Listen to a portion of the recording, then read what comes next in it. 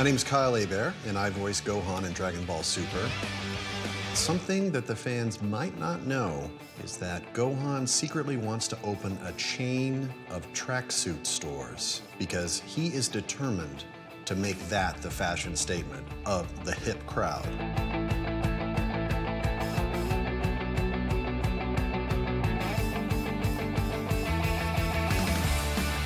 I got word that Super was coming, I couldn't believe that a new series was actually going to happen. I figured we'd probably see just more movies after Battle of Gods and Resurrection F and how successful they were. It's like, okay, well, I'm good with that. You know, we've been so lucky as a cast for all these years to get to play these characters in various forms of media, whether the anime show, the games, and now the movies, and now a new show. Yeah, it kind of came out of left field, but it was like the coolest, you know, gobsmack kind of moment where it's like, wow, we're gonna get to do this all again for a brand new generation of fans.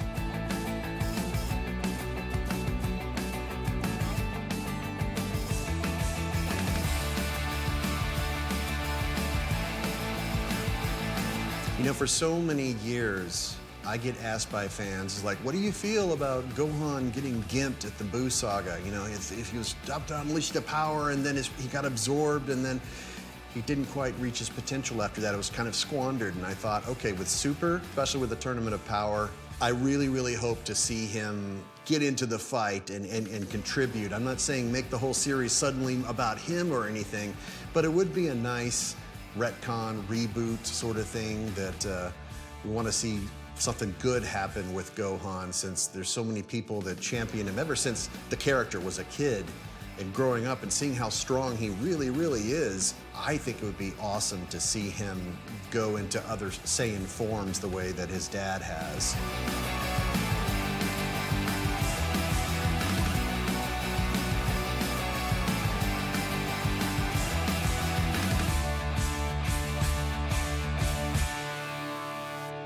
I think a driving force behind Dragon Ball's success is not only the really cool action that draws people in, but it's the characters, and what makes them endearing is this, you know, rapport that they have with each other, and the comedy, you know, that dates back to Dragon Ball, the original series. Before, you know, you see Goku fighting and all that, you know, he's just a little kid, and little kid Krillin and things like that, and it was a little more of an adult skewed, but funny, and Z seemed to be more like a hybrid of that. I think what Super does really well is blend it all and give the fans a little bit of everything. You know, for the folks that like the character moments, for the folks that like the silly, goofy humor, for the folks that like the really cool, breathtaking pace of the fights and all that. It's got it all, so I think it's like the best of all worlds.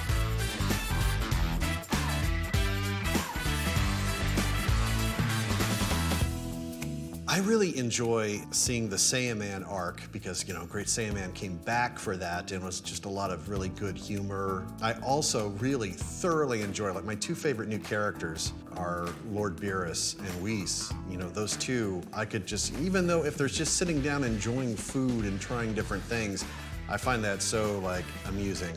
I'm so glad they've been a real focus in this series.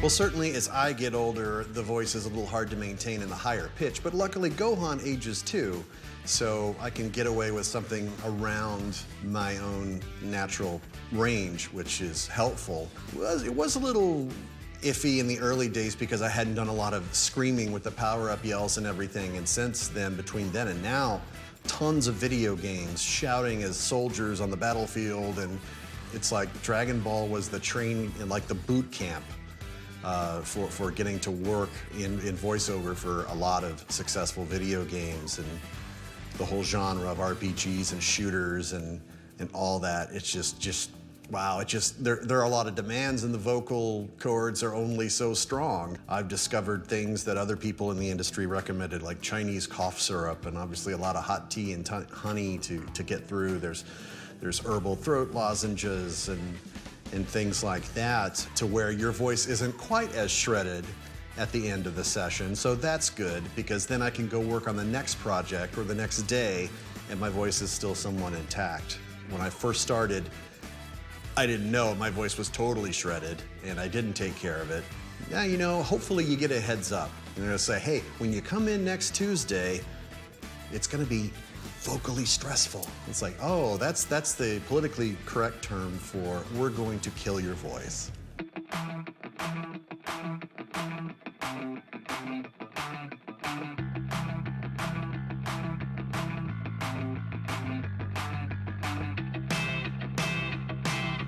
Great Saiyaman is like the underdog of Dragon Ball because there's a considerable amount of fans that don't like that story arc, and then there's the ones that do, that give him a lot of love. I see a lot of cosplayers for Saiyaman at almost every convention I go to, and I hear a lot on social media from the fans that just love how wonderfully dorky he is, and that was like the most fun I had when I first took on that role back in 2000 and we got to the Saiyaman stuff. It was so silly and so goofy, but it was a nice change of pace, I guess, after watching how dark and serious the Cell Saga stuff was, so I got where they were going with that. It's like, hey, let's bring some little more lighthearted stuff back into the mix, and say what you will about filler arcs, but I think the Saiyaman stuff is truly a high point in terms of filler stuff, getting to know those characters better in their day-to-day life, and he's just so much fun to play.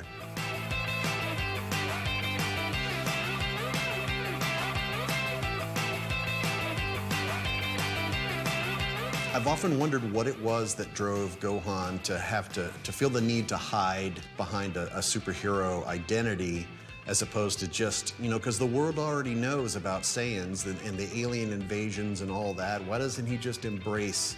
And, you know, eventually he does, but I think his mom had a lot of influence on him since, you know, she really focused a lot of his stuff, not so much on fighting, but on the education and all that. And you see him grow up and become a responsible parent, but he still also wants to help the guys. You know, it's like, come on, I'm a dude, let's do this.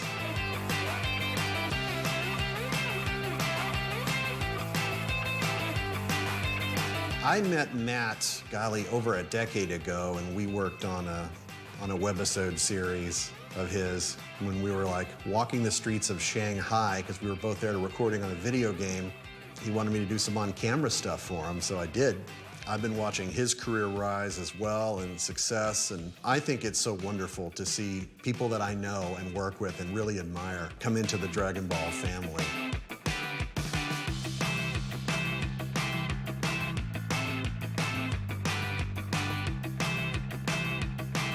In my fantasy team of Tournament of Power players, I'd probably reach back into the Z days and, for purely selfish reasons, take a lot of my characters that I voiced, like Ox King, Pycon, Captain Chicken, who was in the very last episode of Dragon Ball Z. Other than that, gosh, just throw some real world stuff in there, like the Three Stooges, Muppets, I don't know. I figure you want to kill them with comedy.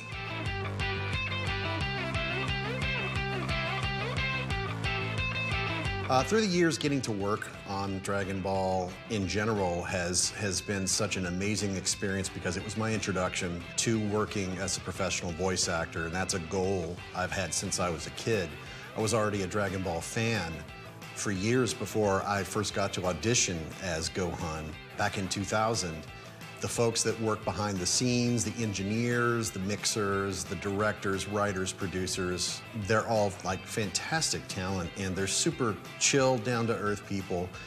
It's just amazing to be part of such a cool collective family on the industry side and as well as the fandom, you know, seeing the excitement and just the giddiness, no matter where you are, if it's a small town convention with 200 people or a big one in Los Angeles with 100,000 plus, wherever you are. You could be in Sydney, Australia, London, England, you know, and the fandom is just starved for this kind of stuff. And it's really cool to be part of the entertainment world that brings so many people joy around the world.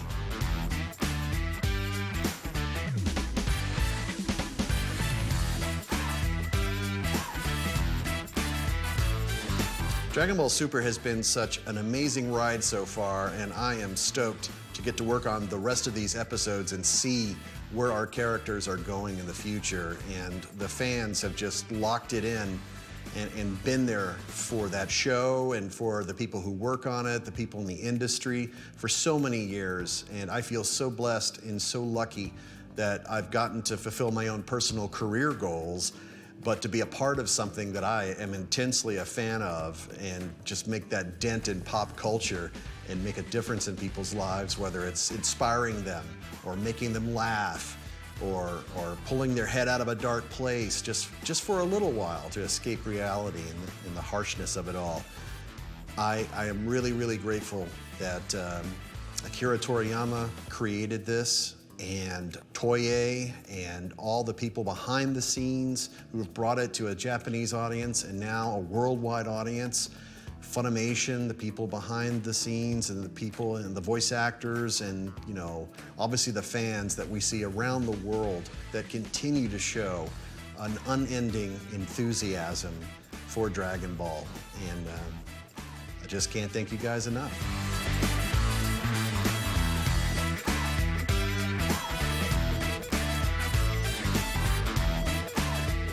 How silly of me.